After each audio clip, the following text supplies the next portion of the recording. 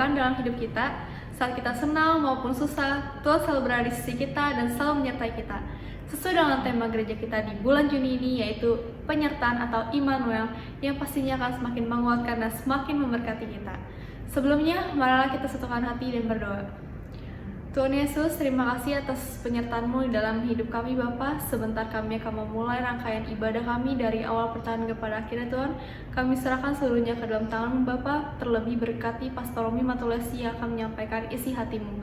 Berkati juga teman-teman pelayanan yang akan melayani-Mu pada hari ini Tuhan. Biar hanya nama-Mu saja yang kami tinggikan dan kami muliakan. Hanya dalam nama-Mu Tuhan Yesus Kristus Allah Bapa di surga kami berdoa dan mengucap syukur. Haleluya. Amin.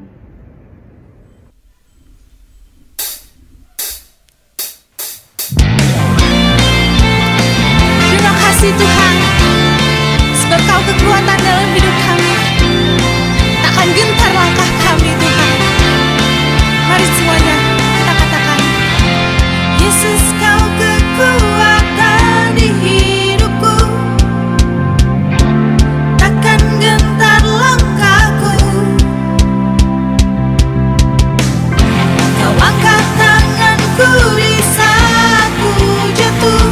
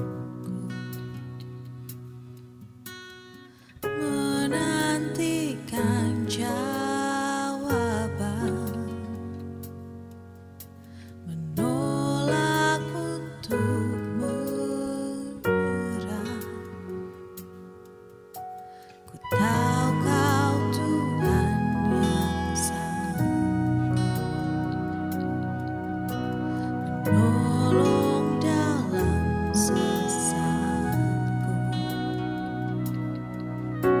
Namun meskipun kau peluk, ku kan tetap menyembahmu. Ku kan bernyanyi sampai jiwaku percaya, sampai hatiku mendengar lagu pengharapan.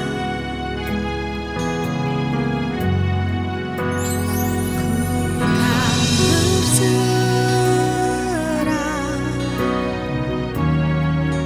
ku tahu aku tak sendiri. Ku yakin kau mengasihiku,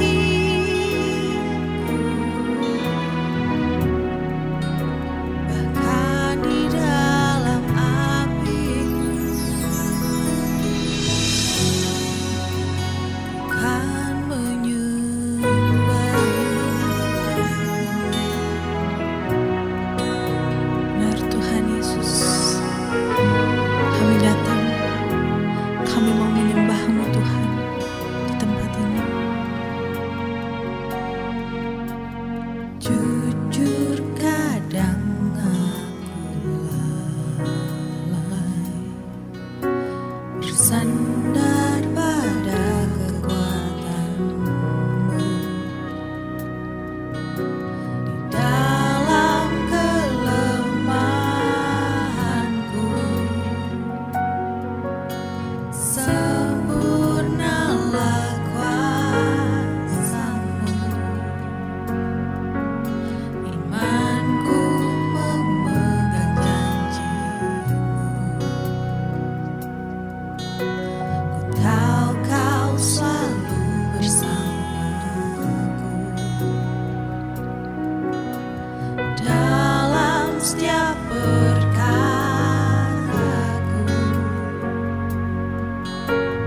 Kaulah damai tenangku.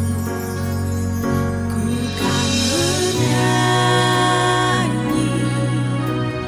Yesus, sampai jiwaku percaya, sampai hati ini Tuhan, sampai hatiku mendengar.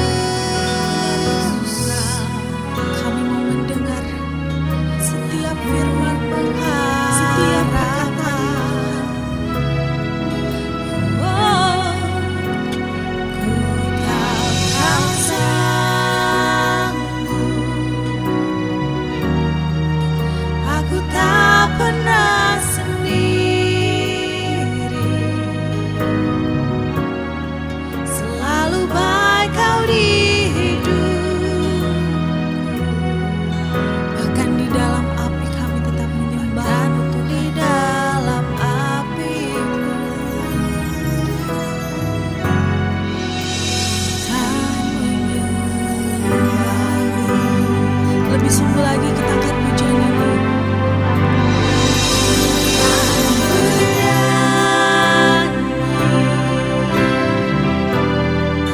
Sampai jiwaku percaya, sampai hati ini, sampai hatiku mendengar Tuhan. Kami Yesus, lagu pengharapan.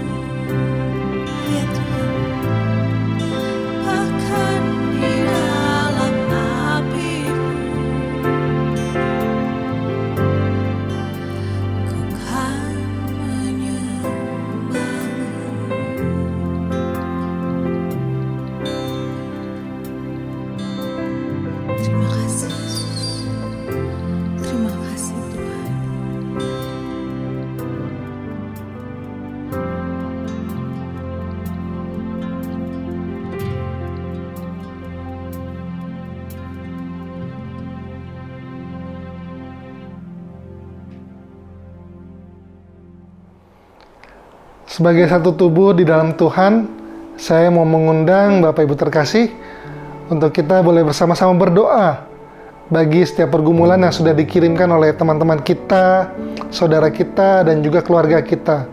Mari kita bersatu dalam doa. Bapa yang baik, terima kasih Tuhan untuk setiap berkat-Mu, untuk setiap kebaikan-Mu, untuk penyertaan-Mu yang selalu ada atas setiap kami. Pagi hari ini kami mau berdoa bagi saudara-saudara kami. Kami mau berdoa bagi saudara kami dalam kelancaran pengerjaan proyek.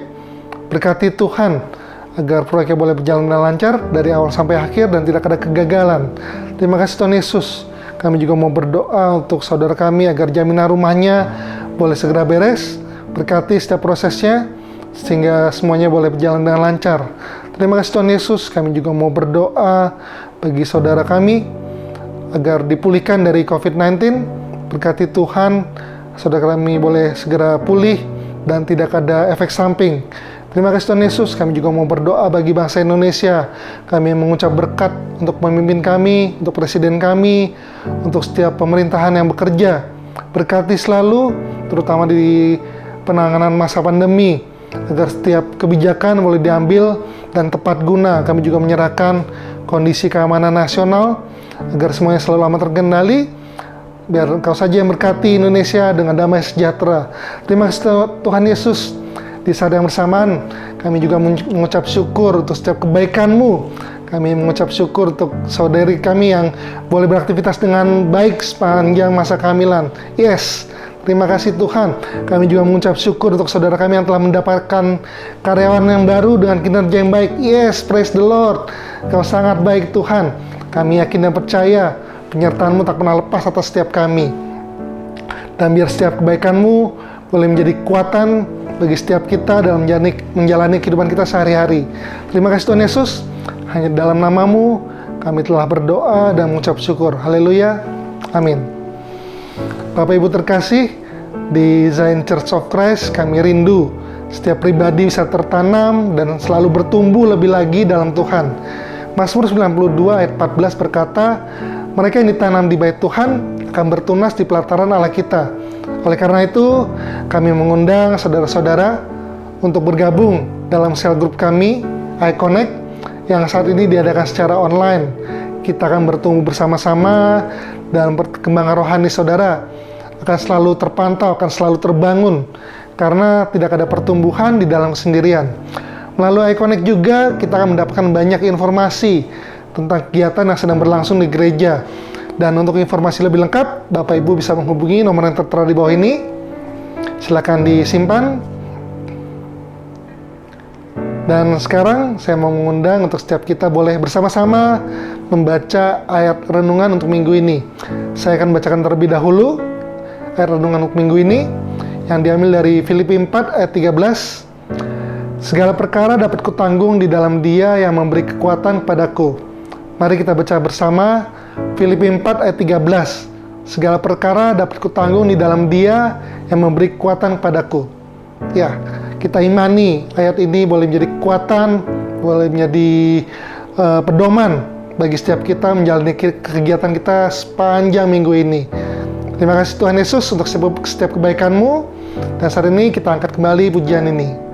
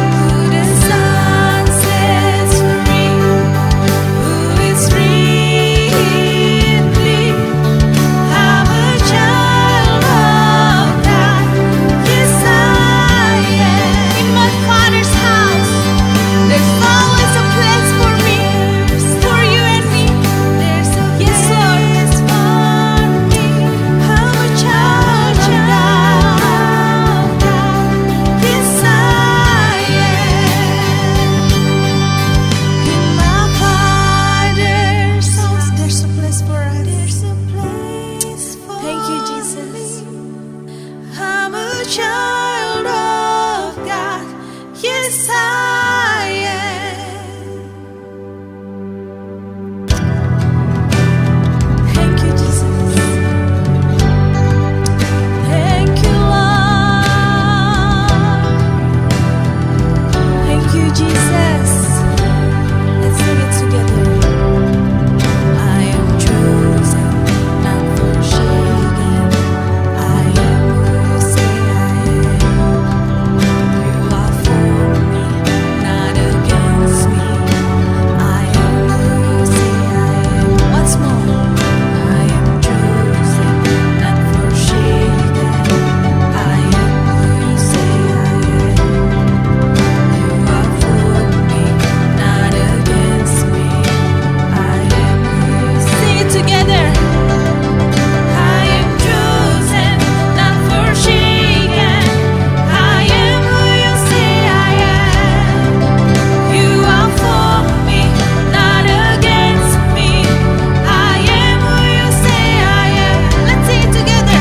I am chosen, not forsaken. I am who you say I am. You are for me, not against me.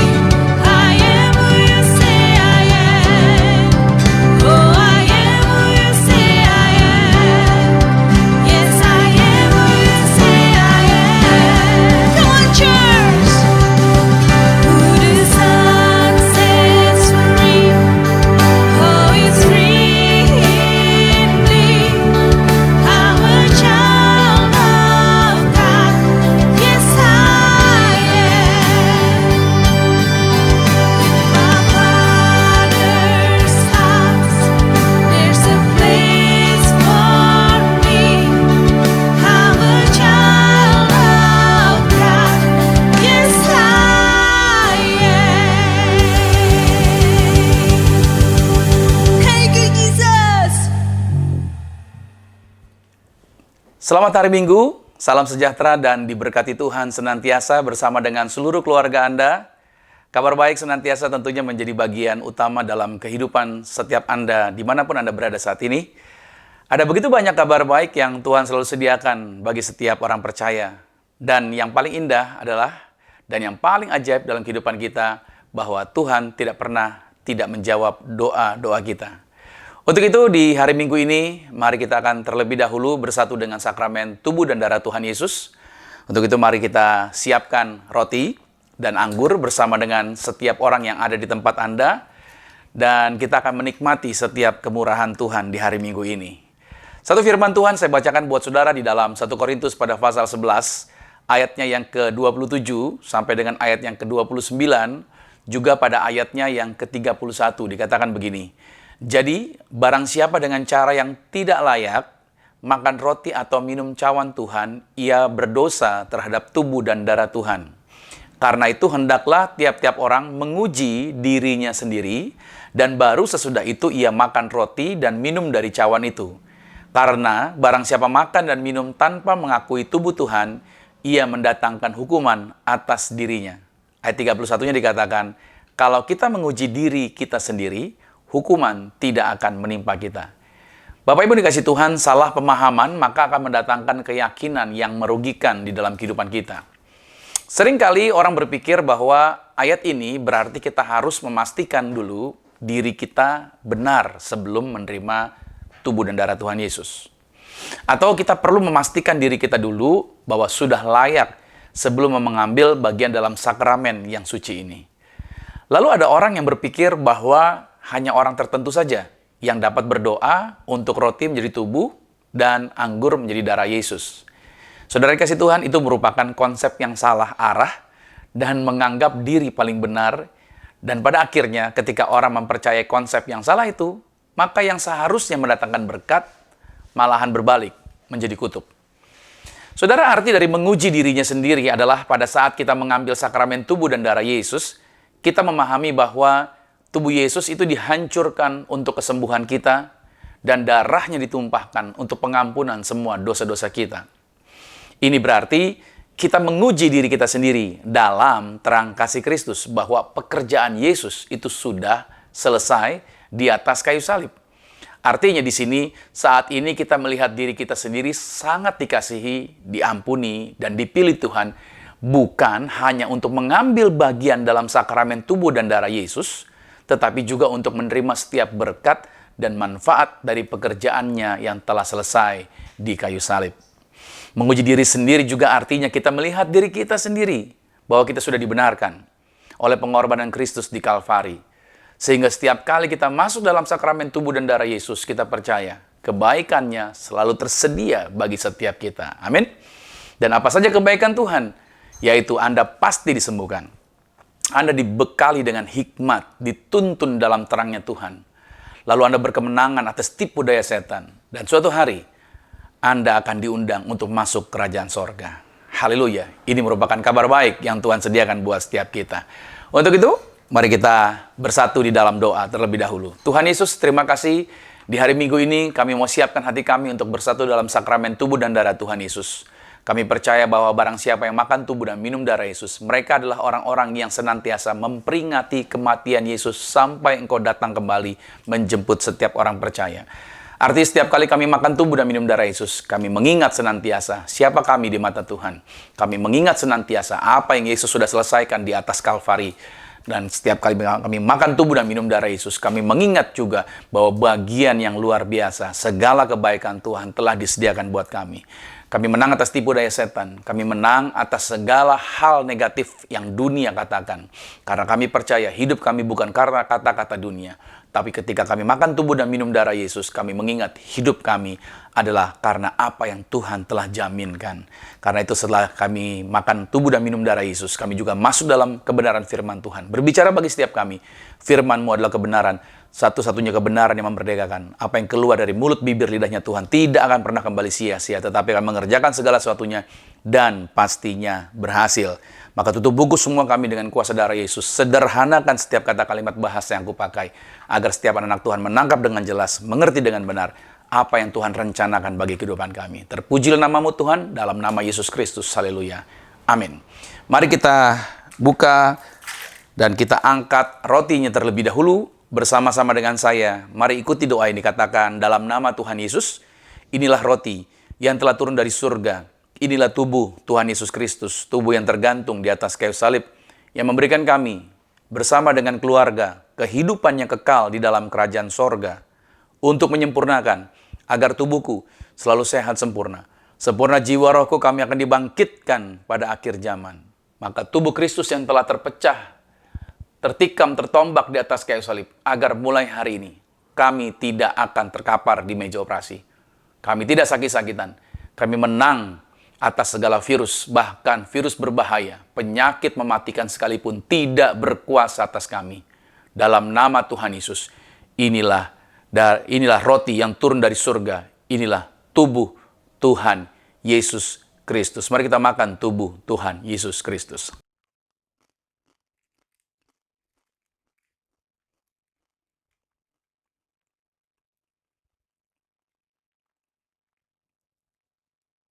Demikian pula kita mengangkat anggur ini. Bersama dengan saya kita katakan, dalam nama Tuhan Yesus, inilah darah Yesus Kristus, darah yang tercurah, darah yang tertumpah di atas kayu salib, sebagai perjanjian yang baru dan yang kekal. Oleh darah Yesus, kami dimeteraikan menjadi warga surga. Kami punya iman, punya rumah di surga, punya rumah di bumi, tidak mengembara, dimanapun kami berada melangkah, dijagai pasukan malaikat. Aku tolak segala kuasa gelap, serangan setan, tuyul, dukun-dukun, roh-roh jahat dihalau, dipatahkan.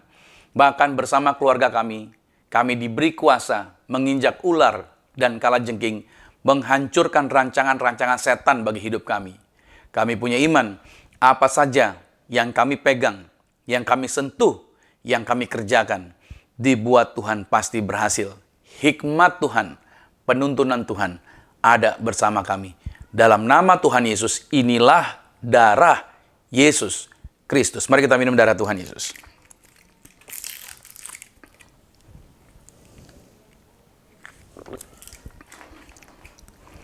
Demikian pula saudara, kita mengangkat minyak urapan ini. Minyak, ada bagian, ada orang-orang yang telah kami bagikan tentunya dengan minyak ini. Ini minyak zaitun yang kami bagikan kepada para member tentunya jemaat. Dan saudara juga ada minyak di rumah, saudara boleh angkat. Saya akan berdoa, dan kita akan berdoa. Minyak di tangan Anda menjadi minyak urapan. Sama-sama dengan saya katakan, dalam nama Tuhan Yesus, inilah minyak urapan. Setiap tetesnya punya kuasa untuk mengusir setan, setiap olesnya punya kuasa untuk menyembuhkan penyakit. Silakan mulai hari ini, pasukan malaikat surgawi selalu hadir, jagai kami, pagari kami. Maka segala serangan setan, santet, pelet, guna-guna, kuasa kegelapan, roh jahat dihalau, dipatahkan. Dalam nama Tuhan Yesus, inilah minyak urapan. Nah, saudara boleh teteskan di atas kepala saudara. Anda boleh juga berikan kepada setiap anggota keluarga yang saat ini bersama-sama dengan Anda di rumah Anda masing-masing. Puji nama Tuhan. Dan saudara, di hari Minggu ini saya selalu bersyukur bisa berjumpa kembali dengan saudara tetap dalam siaran secara online. Kalau saudara baru pertama kali mungkin ikut bersama kami melalui siaran ini, welcome, selamat datang, selamat berjumpa. Untuk pertama kali saudara bisa bersama dalam ibadah Zion Church of Christ. Doa kami, dimanapun Anda berada, Anda tetap dalam anugerah Tuhan, Anda tetap dalam kebaikan dan kemurahan Tuhan tentunya. Dan tentunya juga di awal ini saya coba mengingatkan saudara bahwa gereja kami Zion Church of Christ rencana di akhir bulan Juni ini akan mengadakan kelas pramarital. Jadi kelas sebutnya dengan BPN, ya, bimbingan pranikah. Jadi kalau saudara yang berpacaran, Anda ingin lebih dalam lagi mengetahui bagaimana sih cara berpacaran, bagaimana sih membangun hubungan dengan calon pendamping, dan untuk Anda yang akan membangun rumah tangga juga bagaimana persiapan-persiapan yang harus dibangun dalam membangun rumah tangga menjadi suami istri. Nah, saudara boleh ikuti, yaitu kelasnya. Saudara bisa hubungi nomor telepon yang ada di layar saudara yang kami berikan, ini nomor Zion Official. Saudara bisa telepon, saudara bisa tanya informasi di sana, dan saudara bisa daftar. Kami akan mengadakan kelasnya karena ini penting sekali bagi Anda dalam rencana membangun, yaitu rumah tangga atau membangun keluarga. Puji nama Tuhan. Nah, baik, di hari Minggu ini saudara, seperti minggu lalu saya sudah katakan bahwa di sepanjang bulan Juni ini kita berbicara dengan tema yaitu Immanuel, yaitu Tuhan menyertai kita. Tuhan yang menyertai kita, tidak pernah meninggalkan kita. Tuhan senantiasa ada bersama dengan setiap kita. Dan judul yang saya bawakan di hari Minggu ini adalah ICU. Ya, ini suatu tempat yang seringkali yang kita pastinya hindari, ya. ICU, ICU. Kita menghindari ruangan ini. Kita berdoa jangan sampai masuk ke ruangan ini. Tetapi hari Minggu ini saya bawa dengan judul ini. Saya akan coba jelaskan kepada saudara mengapa kita berbicara mengenai ICU. Ya, ICU tentunya ini menjadi sesuatu yang menarik. Coba kita lihat dulu di dalam Hakim-Hakim pada pasal 6 ayat 11 sampai dengan ayat yang ke-16. Kemudian datanglah malaikat Tuhan dan duduk di bawah pohon tarbantin di Ofra, kepunyaan Yoas orang Abiezer itu. Sedang Gideon anaknya mengirik gandum dalam tempat pemerasan anggur agar tersembunyi bagi orang Midian. Malaikat Tuhan menampakkan diri kepada Gideon dan berfirman kepadanya demikian, Tuhan menyertai engkau, ya pahlawan yang gagah berani. Jawab Gideon kepadanya, ah Tuanku, jika Tuhan menyertai kami, mengapa semuanya ini menimpa kami? Di manakah segala perbuatan-perbuatannya yang ajaib yang diceritakan oleh nenek moyang kami kepada kami? Ketika mereka berkata, bukankah Tuhan telah menuntun kita keluar dari Mesir? Tetapi sekarang Tuhan membuang kami dan menyerahkan kami ke dalam cengkraman orang Midian. Lalu berpalinglah Tuhan kepadanya dan berfirman, pergilah dengan kekuatanmu ini dan selamatkanlah orang Israel dari cengkraman orang Midian. Bukankah aku mengutus engkau? Tetapi jawabnya kepadanya, ah Tuanku, dengan apakah akan kuselamatkan orang Israel? Ketahuilah, kaumku adalah yang paling kecil di antara suku Manasye, dan aku pun seorang yang paling muda di antara kaum keluargaku. Ayat 16-nya, berfirmanlah Tuhan kepadanya, tetapi akulah yang menyertai engkau, sebab itu engkau akan memukul kalah orang Midian itu sampai habis. Saudara, perjanjian lama dan perjanjian baru sama-sama mengingatkan kita bahwa orang percaya akan menjumpai kesusahan pada beberapa titik di dalam kehidupannya. Bahkan, Yesus mengatakan kita akan mengalami kesukaran besar dan pencobaan, tetapi Yesus juga berjanji untuk membawa setiap kita melewati segala pencobaan dan kesukaran tersebut. Saya ajak saudara lihat dalam Yohanes 16 pada ayat yang ke-33 dikatakan, semuanya itu kukatakan kepadamu supaya kamu beroleh damai sejahtera dalam aku. Dalam dunia kamu menderita penganiayaan, tetapi kuatkanlah hatimu. Aku telah mengalahkan dunia. Mazmur 34 ayat 19, kemalangan orang benar banyak, tetapi Tuhan melepaskan dia dari semuanya itu. Nah, pada saat Gideon dipilih Tuhan untuk menjadi penyelamat bagi bangsa Israel dari penindasan bangsa Midian, maka respon pertamanya adalah penyangkalan diri dan pernyataan tidak percaya akan ada jalan keluar atas persoalan yang sedang mereka hadapi. Kesukaran yang telah ada membuat Gideon dan setiap orang Israel yang ada pada saat itu meyakini kehidupan mereka tidak ada harapan lagi. Itu mirip dengan kita pada saat sedang menghadapi kesulitan. Kita cenderung putus asa dan berbagai pikiran kalut tampak dan tampil ke permukaan. Nah, cara Tuhan menolong adalah dengan mengingatkan kita akan setiap kebaikan yang telah Ia kerjakan di sepanjang perjalanan kehidupan ini. Itulah mengapa saya percaya penting sekali untuk setiap kita membuat jurnal harian, doa-doa yang dijawab dan mujizat-mujizat yang Tuhan telah bawa kepada kita dari masa-masa sulit kita. Ini membantu kita untuk mengingat semua kebaikan-kebaikan Tuhan. Karena Mazmur 103 ayat 2 berkata, "Pujilah Tuhan, hai jiwaku, dan janganlah lupakan segala kebaikannya." Nah, dalam teks bacaan utama kita, di sana diceritakan bahwa bangsa Israel mengalami tekanan dan bangsa Israel itu mengalami ancaman dari bangsa Midian yang bukan hanya membuat mereka susah, tetapi juga berusaha memusnahkan segala hasil pertanian dan peternakan orang Israel. Ini suatu tragedi, artinya kesengsaraan lahir dan batin yang luar biasa bagi orang Israel. Mereka berseru-seru kepada Tuhan, tetapi sepertinya jawaban tidak datang. Itulah mengapa Gideon seperti orang yang putus asa pada saat Tuhan menjumpainya dan memberikan pesan yang berkemenangan. Nah, pertanyaannya begini, apakah Tuhan adalah Tuhan yang menjawab doa? Saudara, pernahkah timbul di dalam pikiran saudara, apakah Tuhan itu menjawab doa-doa saya ya? Ya kan? Nah, jawabannya adalah tentu saja Tuhan adalah Tuhan yang menjawab doa. Namun, umumnya Tuhan tidak menjawabnya tepat seperti yang kita pikir seharusnya, atau tepat seperti yang kita pikir akan Ia jawab. Ketika kita melihat cara Tuhan meresponi doa kita seperti itu, maka kita berpikir dalam beberapa hal Tuhan telah mengecewakan kita. Nah, Tuhan membawa Gideon pada situasi yang berbeda dari apa yang diharapkan. Sama nih, karena saya percaya Alkitab dituliskan sebagai contoh, karena itu menyangkut dalam kehidupan kita sepanjang hari-hari kita. Dan selalu saya katakan Alkitab itu relevan, tidak pernah berseberangan dengan kegiatan dan kehidupan kita hari-hari ini. Nah, saudara, lihat pada situasi yang dihadapi oleh Gideon, dia punya harapan Tuhan menjawab seperti yang dia rindukan. Tetapi lihat cara Tuhan menjawab. Jumlah pasukan yang dimiliki oleh Gideon untuk menghadapi bangsa Midian hanya berjumlah 32.000 orang. Dan Tuhan mengatakan bahwa jumlah itu terlalu banyak. Melalui penyaringan, maka didapat jumlah orang yang tepat menurut Tuhan hanyalah 300 orang saja. Wow, saudara bisa pikirkan bahwa bisa Anda bayangkan dengan 300 orang Israel harus dan akan berhadapan dengan 150.000 tentara Midian. Ini bukan hal yang gampang untuk dipercaya. 300 berhadapan dengan 150.000. Sudah dapat dipastikan secara teknis dan secara perhitungan manusiawi kita, pasti kalah total. Oke. Saudara, Gideon terjepit. Satu sisi dia harus mempercayai Tuhan, di sisi yang lain dia harus berhadapan dengan kenyataan. Oke, pernah berhadapan dengan situasi seperti ini, Bapak Ibu Saudara? Saya pernah.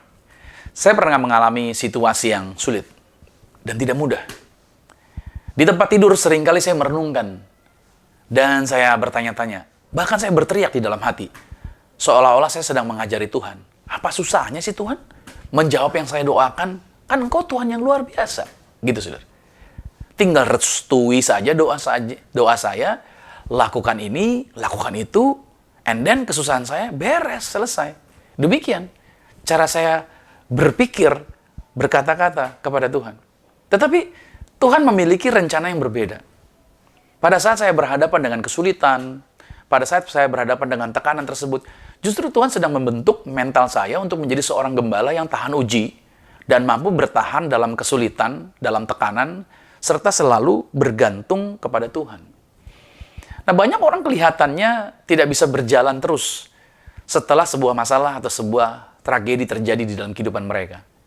Mereka mentok pada satu titik, Bahkan bertahun-tahun setelah peristiwa tersebut sudah berakhir, mereka bangun di pagi hari, lalu mengingat kembali kisah tersebut di sepanjang hari sampai mereka tidur di malam hari. Saya pernah bertemu dengan seorang ibu yang kehilangan anak karena sakit kanker.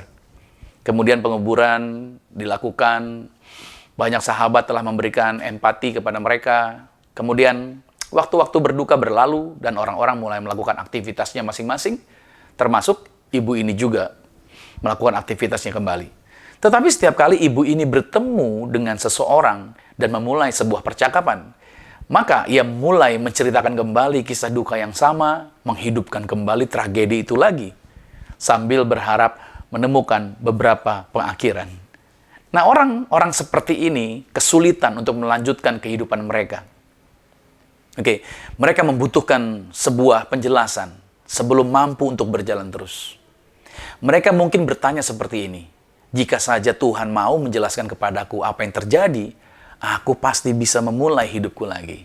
Kedengarannya familiar nggak dengan saudara pada waktu Anda berhadapan dengan sesuatu yang mengecewakan?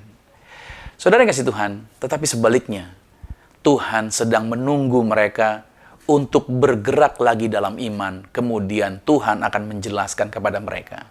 Seringkali kita minta penjelasan dulu baru kita mau bergerak, tapi Tuhan tidak demikian. Tuhan malah mengarahkan, bergerak dulu, nanti baru aku bisa jelaskan sama kamu. Nah, Gideon dan pasukannya, mereka mengambil langkah iman. Untuk apa? Tetap bergerak, maju dalam kepercayaan mereka kepada Tuhan. Dan Tuhan menyingkapkan satu persatu yang harus Gideon lakukan. Nah, tragedi atau persoalan berat yang kita hadapi saat ini, di situasi sekarang ini, itu bukanlah sebuah tanda untuk kita stop total, berhenti total. Tidak. Tetapi justru kita seharusnya berserah dalam situasi seperti ini. Stop dulu. Tragedi atau persoalan berat yang kita hadapi saat ini bukanlah sebuah tanda berhenti total di hidup kita. Kita seharusnya berserah melambat atau bahkan berhenti sementara. Kita bisa memakai waktu ini untuk mengubah fokus serta sudut pandang kita agar dapat melihat Tuhan dengan benar dan kemudian kita bergerak lagi. Justru dengan adanya masalah, kita bisa berkata begini, I see you. Ya kan? Kita bisa berkata, I see you, Lord. Jadi dengan adanya masalah, justru kita bisa memandang Tuhan dengan benar, dengan tepat. Percayalah, Tuhan adalah Tuhan yang selalu membawa jawaban bagi setiap kita. Apapun doa kita, Tuhan berjanji, Dia menjawab doa kita. Dalam Yohanes 14 pada ayat yang ke-13 dan ayat yang ke-14 dikatakan, dan apa juga yang kamu minta dalam namaku, aku akan melakukannya, supaya Bapa dipermuliakan di dalam anak. Jika kamu meminta sesuatu kepadaku dalam namaku, aku akan melakukannya. Yesus mengatakan begini, apapun. Artinya dia berjanji bahwa Tuhan akan menjawab, tetapi Tuhan tidak berjanji apapun akan dikabulkan menurut waktunya kita. Tuhan ingin menjawab pada waktu yang tepat, dan Tuhan lebih tahu waktu yang tepat daripada kita tahu waktunya.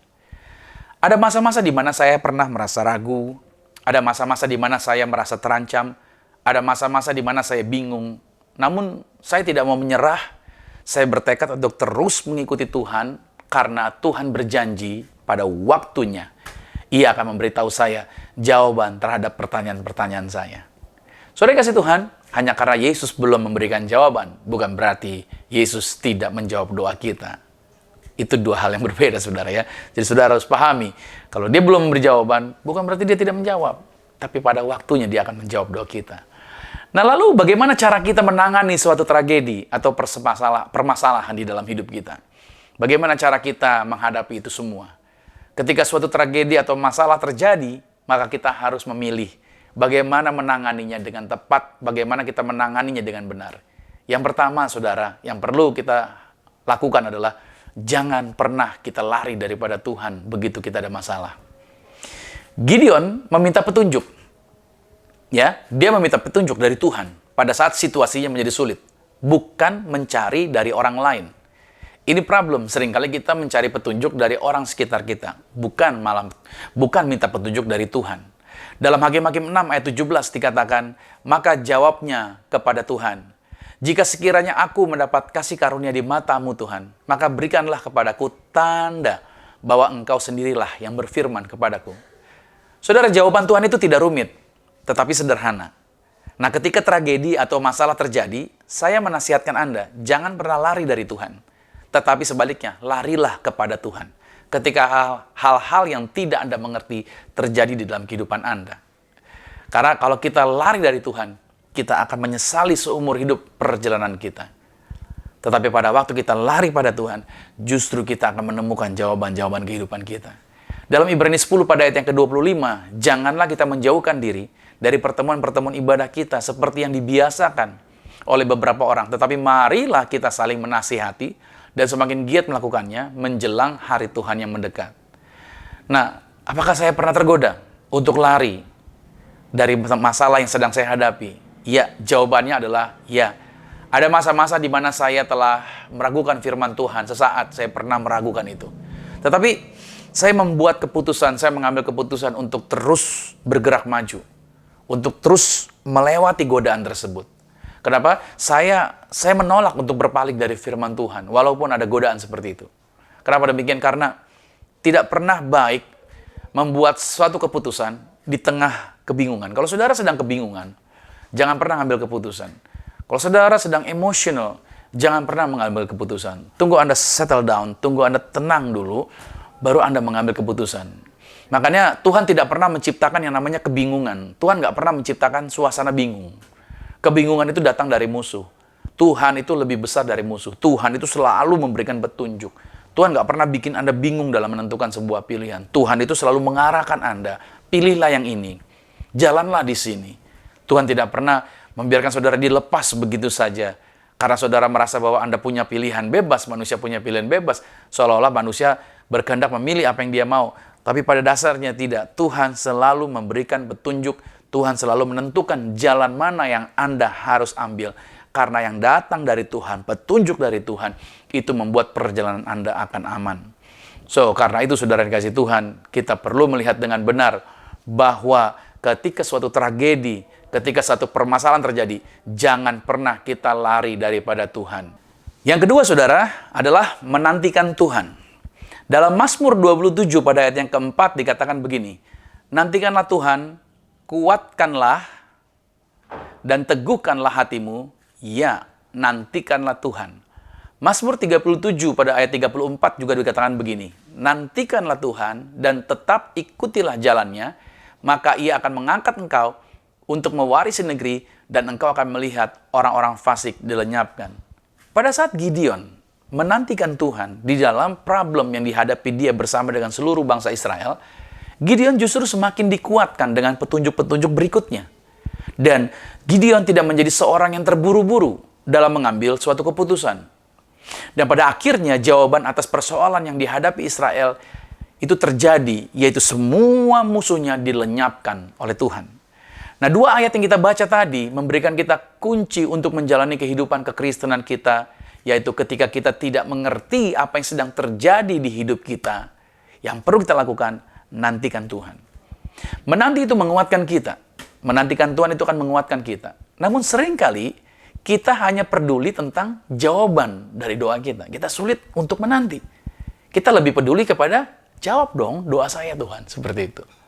Tuhan, catatkan garis bawah ini. Tuhan lebih tertarik dengan kedewasaan kita daripada memberikan kita jawaban atas doa-doa kita. Saudara, menanti menghasilkan kedewasaan. Dengan kata lain, jika jawabannya tidak datang hari ini, di akhir hari ini kita akan lebih sedikit dewasa daripada kemarin. Jika jawabannya tidak datang besok pagi, kita akan menjadi lebih dewasa di dalam besok malam daripada pagi itu. Nah, artinya di salah satu hari atau waktu yang berjalan, jawabannya akan datang. Ketika itu datang, kita akan bisa menangani jawabannya dengan tepat. Haleluya. Nah, setiap kali atau setiap hari kita menanti, kita akan menjadi semakin hari semakin dewasa. Nah, dari hal-hal yang Tuhan sediakan, kita semakin hari semakin dewasa di dalam penantian tersebut. Tuhan mampu mempercayakan kita dengan lebih banyak kemakmuran di setiap area hidup kita, termasuk kesehatan, hubungan, dan keuangan. Nah, jika Anda menantikan Tuhan dan mengikuti jalannya, Ia akan meninggikan Anda.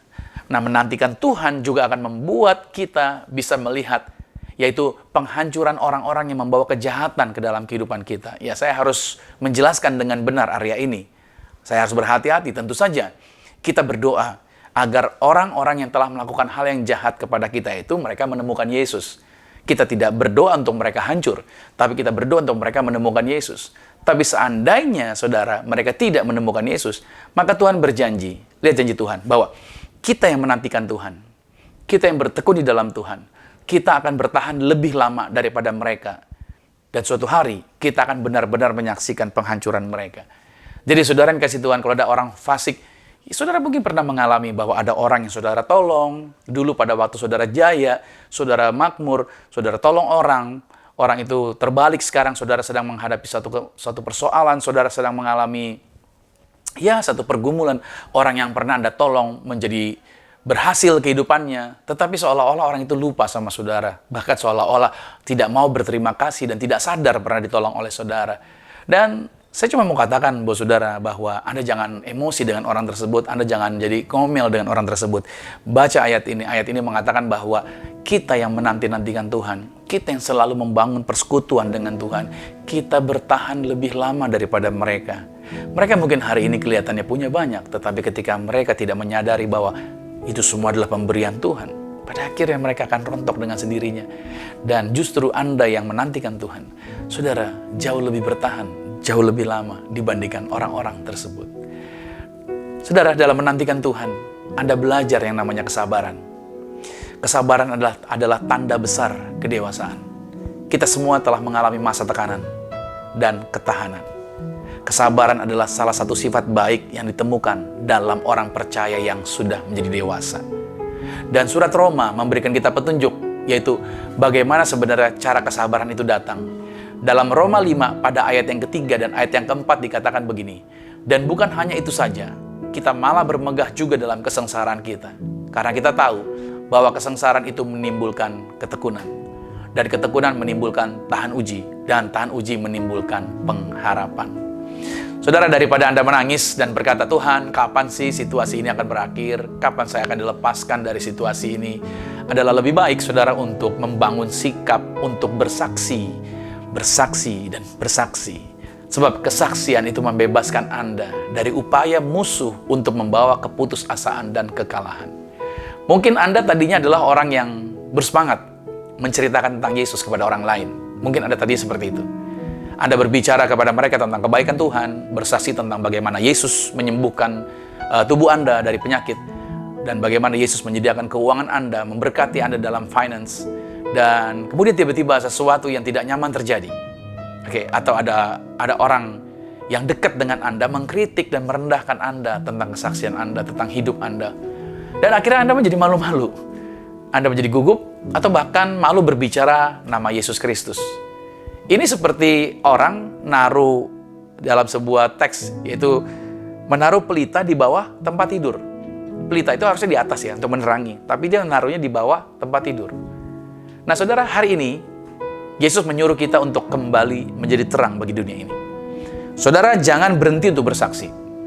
Teruslah menjadi saksi Kristus dimanapun Anda berada. Yesus adalah terang dunia.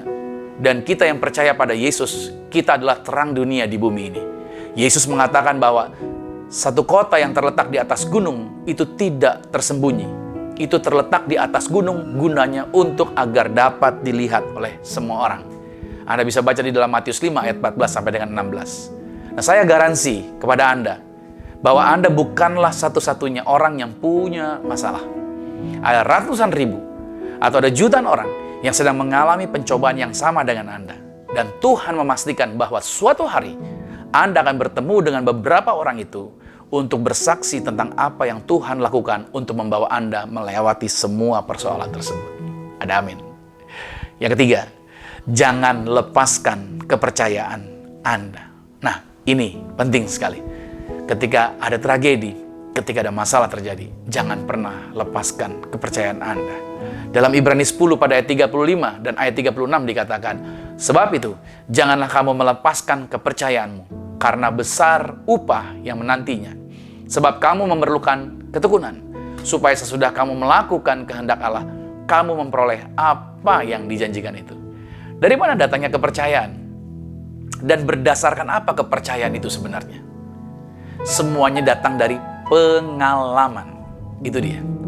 Karena Tuhan telah seringkali membawa saya melewati berbagai macam pencobaan, dan justru itu semakin membuat saya memiliki kepercayaan kepada Tuhan melewati setiap pencobaan tersebut.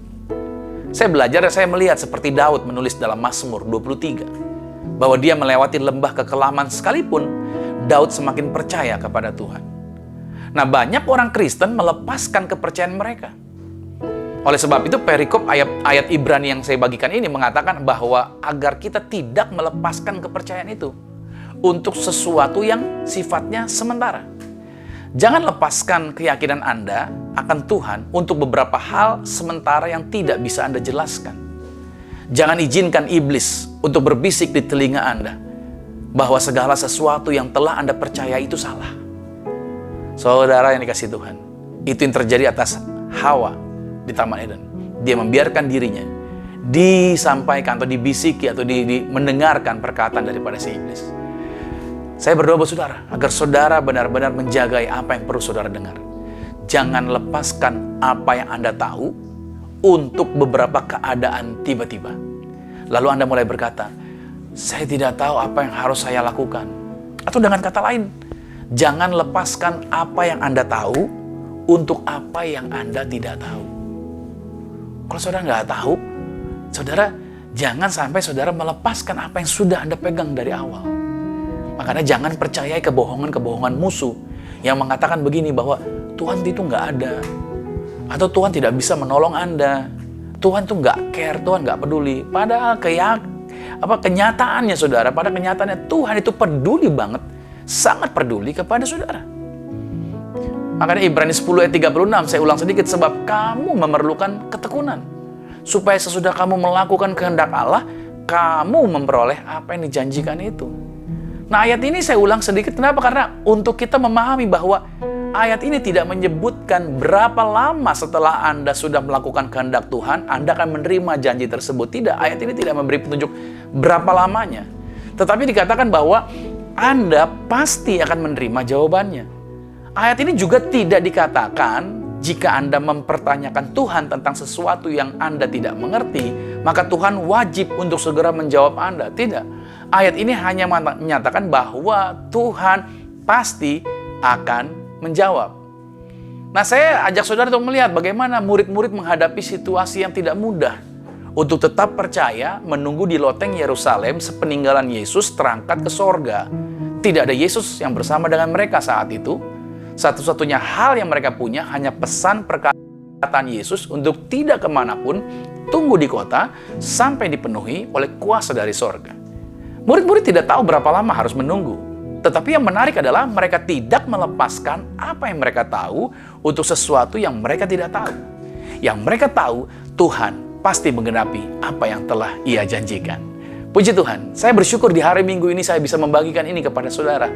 Bahwa setiap orang pasti punya menghadapi tragedi, pasti menghadapi tantangan, pasti menghadapi masalah, pasti menghadapi pergumulan.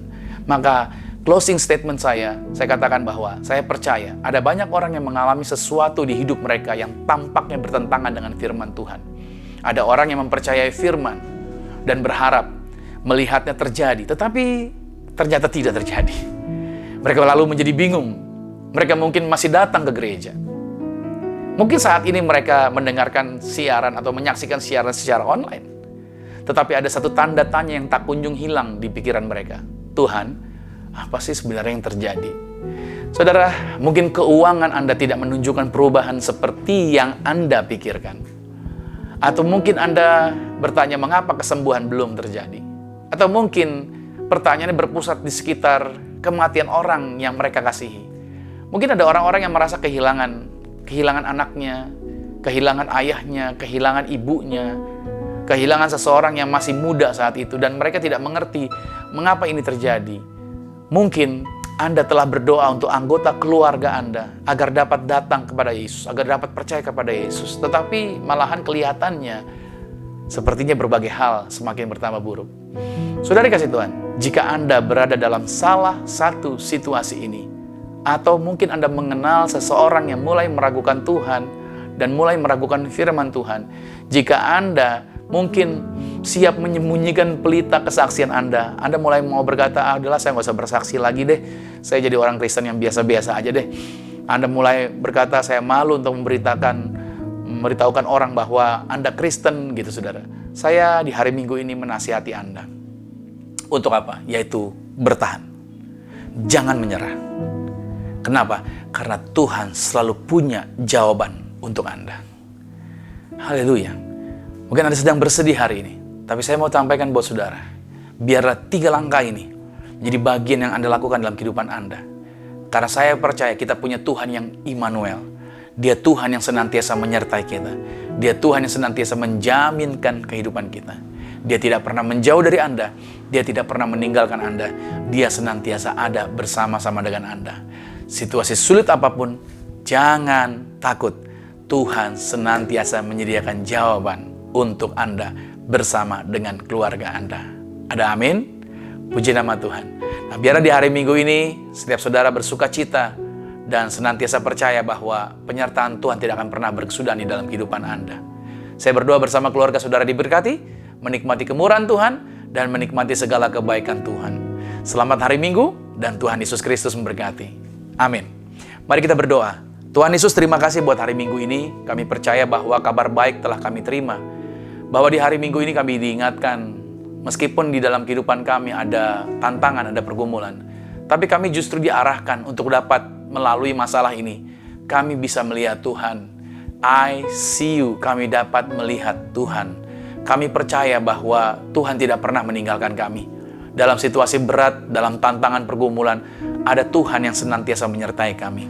Maka aku berdoa biarlah setiap anak-anak Tuhan dimanapun mereka mengikuti siaran ini, kalau suasana hati mereka sedang bimbang, kalau mereka sedang mengalami kebingungan, aku berdoa dalam nama Yesus, Roh Kudus menjamah mereka, agar mereka tidak mengambil langkah yang salah, tidak mengambil langkah yang keliru, tetapi agar mereka senantiasa datang pada Tuhan, bertekun di dalam Tuhan, dan tinggal di dalam Tuhan senantiasa. Aku berdoa buat mereka Tuhan, agar mereka tetap percaya jawaban Tuhan sudah sediakan pada waktunya dengan caranya Tuhan. Karena itu kami perlu belajar untuk bersepakat dengan Tuhan, mengikuti rencana-Mu. Aku berdoa dimanapun anak Tuhan berada pada saat, yaitu hari Minggu ini Tuhan. Aku berdoa zaman Tuhan menjamah mereka, agar mereka hatinya diubahkan. Kalau mungkin mereka baru pertama kali mengikuti ibadah ini, baru pertama kali dengar firman Tuhan, dalam masalah yang sedang mereka hadapi, dari layar ini aku berdoa buat mereka, dalam nama Yesus, Roh Tuhan menjamahmu, Roh Tuhan mengurapimu, Roh Tuhan menjangkau dan menjamahmu, dan engkau merasakan damai sejahtera sukacita. Roh Tuhan memberikan penuntunan buat engkau. Dan setiap Anda yang menyaksikan acara ini menyadari keselamatan dari Tuhan disediakan buat Anda bersama dengan keluarga Anda. Terima kasih Tuhan Yesus, terima kasih Bapak. Kami berdoa juga buat pelayanan gereja kami ini Tuhan, Gereja Zion Church of Christ, setiap program-program gereja kami semuanya diberkati, agar setiap anak-anak Tuhan yang menyaksikan acara ini semuanya mengalami lawatan Tuhan. Doa kami biar melalui siaran ini dapat menjangkau jiwa-jiwa, bahkan sampai ke seluruh belahan dunia manapun juga. Terima kasih buat siaran-siaran ini Tuhan, bahkan dari siaran YouTube ini juga diberkati dengan baik, diberkati dengan luar biasa. Setiap teman-teman yang sudah terlibat melayani, berkati mereka. Apa yang mereka korbankan digantikan dengan luar biasa. Tangan-tangan telah membantu pelayanan ini diberkati dan dibalaskan lipat kali, bahkan luar biasa Tuhan sediakan berkat bagi setiap mereka. Terima kasih Tuhan Yesus Kristus, terima kasih Bapa. Aku berdoa semua anak Tuhan dimanapun mereka menyaksikan acara ini semuanya sehat, menang atas virus, menang atas segala penyakit.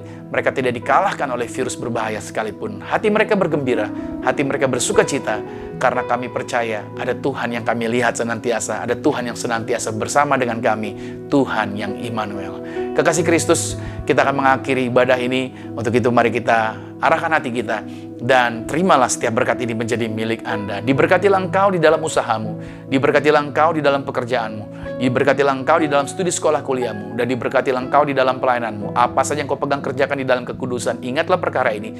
Tuhan Yesus Kristus pasti buat kau berhasil. Diangkat Tuhan kau naik ke atas bukan turun, jadi kepala bukan ekor.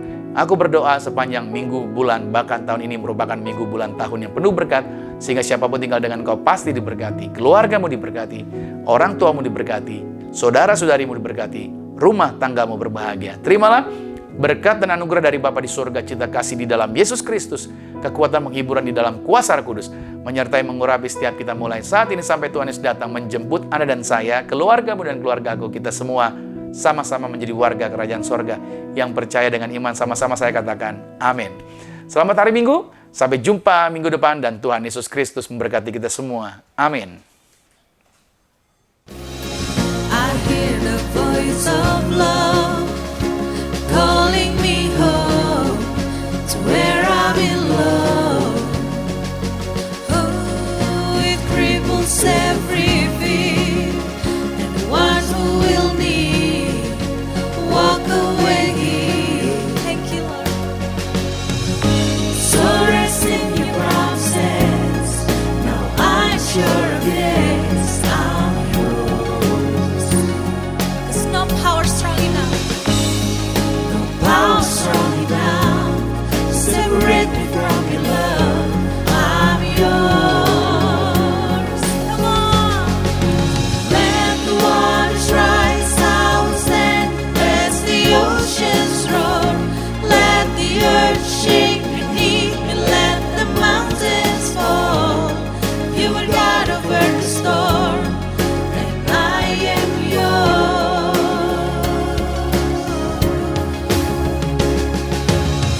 Even the thunder and the wind obey at the command of my Father.